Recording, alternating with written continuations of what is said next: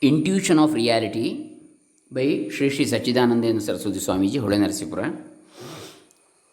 So, this is the 13th book we are seeing among the English series published by AdhyAtma PrakAsha KAryAlaya, HoLenaraseepura.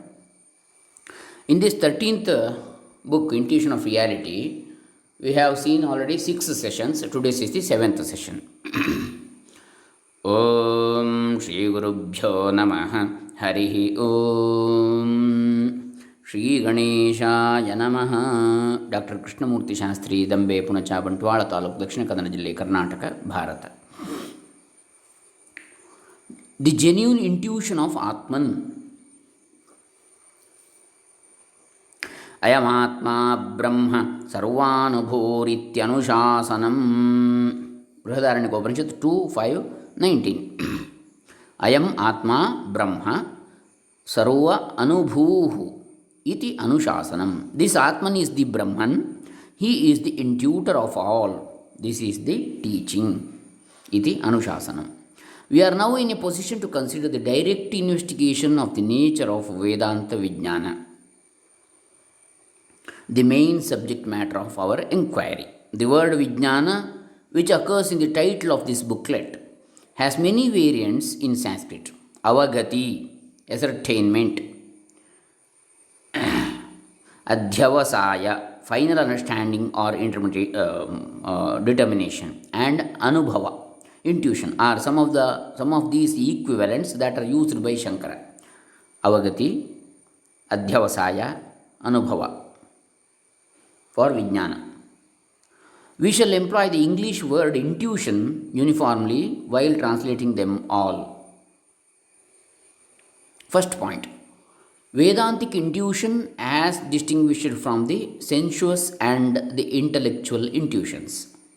We must be careful, however, to keep the distinctive meaning of this word in mind when it is applied to the knowledge of Brahman. The word Anubhava in Sanskrit is used to denote immediate apprehension, whether by one of the senses or by the mind itself. It is well known how we intuit color with the help of the organ of sight, and how we intuit joy or sorrow, fear or curiosity without any assistance of reason. All such intuitions, however, are events in time, and so they are all born and cease to exist in time. But how are we aware of the senses or of these sensations themselves?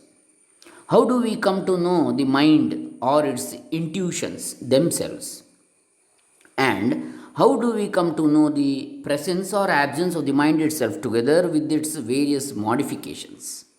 The senses cannot objectify and know themselves, nor can the mind know itself, and much less is it possible for the mind to become aware of its own absence. Nevertheless, it is common knowledge that we do know when the mind or the senses function or when they cease to function in such states, for instance, as deep sleep. Now, this faculty which enables us to have this direct insight is what is called Anubhava in Vedanta. This is what has been rendered by the term intuition here. The sensuous and the mental intuitions can be remembered and recollected when a person makes the necessary effort to do so. I can quite recall the colors of the rainbow. I can recollect the excruciating pain I felt when I was operated upon, or I well remember the shock I felt on hearing the tragic end of my friend. These and other such statements of recollection of sensuous and psychic experiences we are familiar with in everyday life confirm this fact. Now, the question is, what is it that enables us to be aware of these temporal happenings, time related happenings, without undergoing any change in itself? This is what is called Anubhava in Vedanta. Second point: how sensuous and mental intuitions presuppose a changeless intuition. The senses and the mind have no doubt the power of reaching external objects by their inherent nature to see things spontaneously, but when there is neither light nor sound to guide what is that light, guided by which this aggregate of body and the senses is enabled to go through all its activities. This question was posed by Janaka, King Janaka, to which Yajnavalkya, sage Yajnavalkya, gave a significant reply.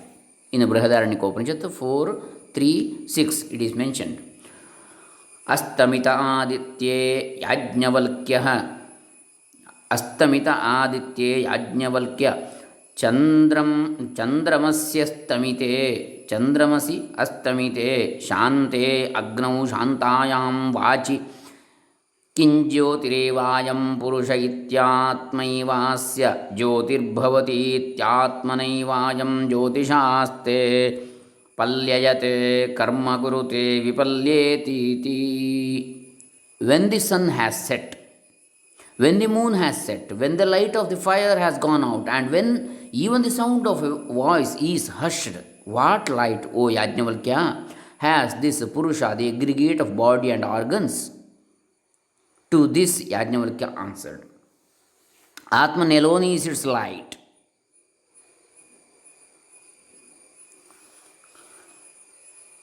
It is by the light of Atman alone that this Purusha sits, goes out, does any work, and returns.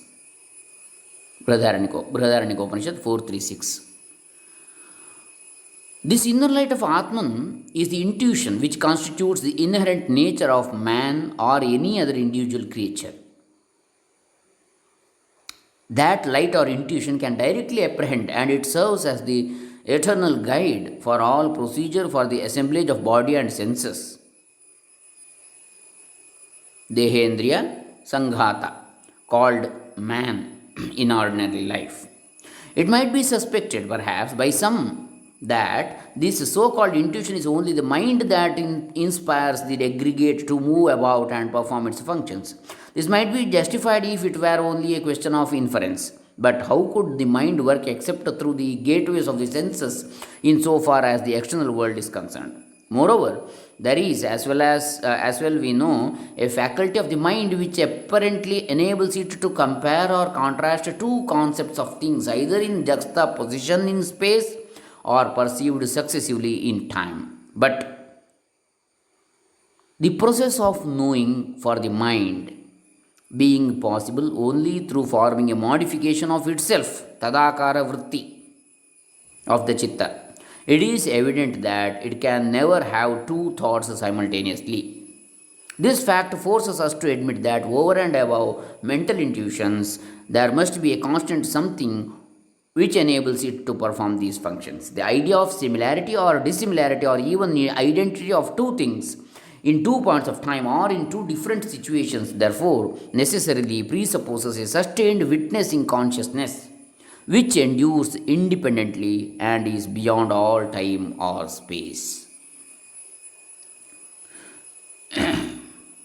Next point, intuition, that is the third point. Intuition unaffected by waking or dream.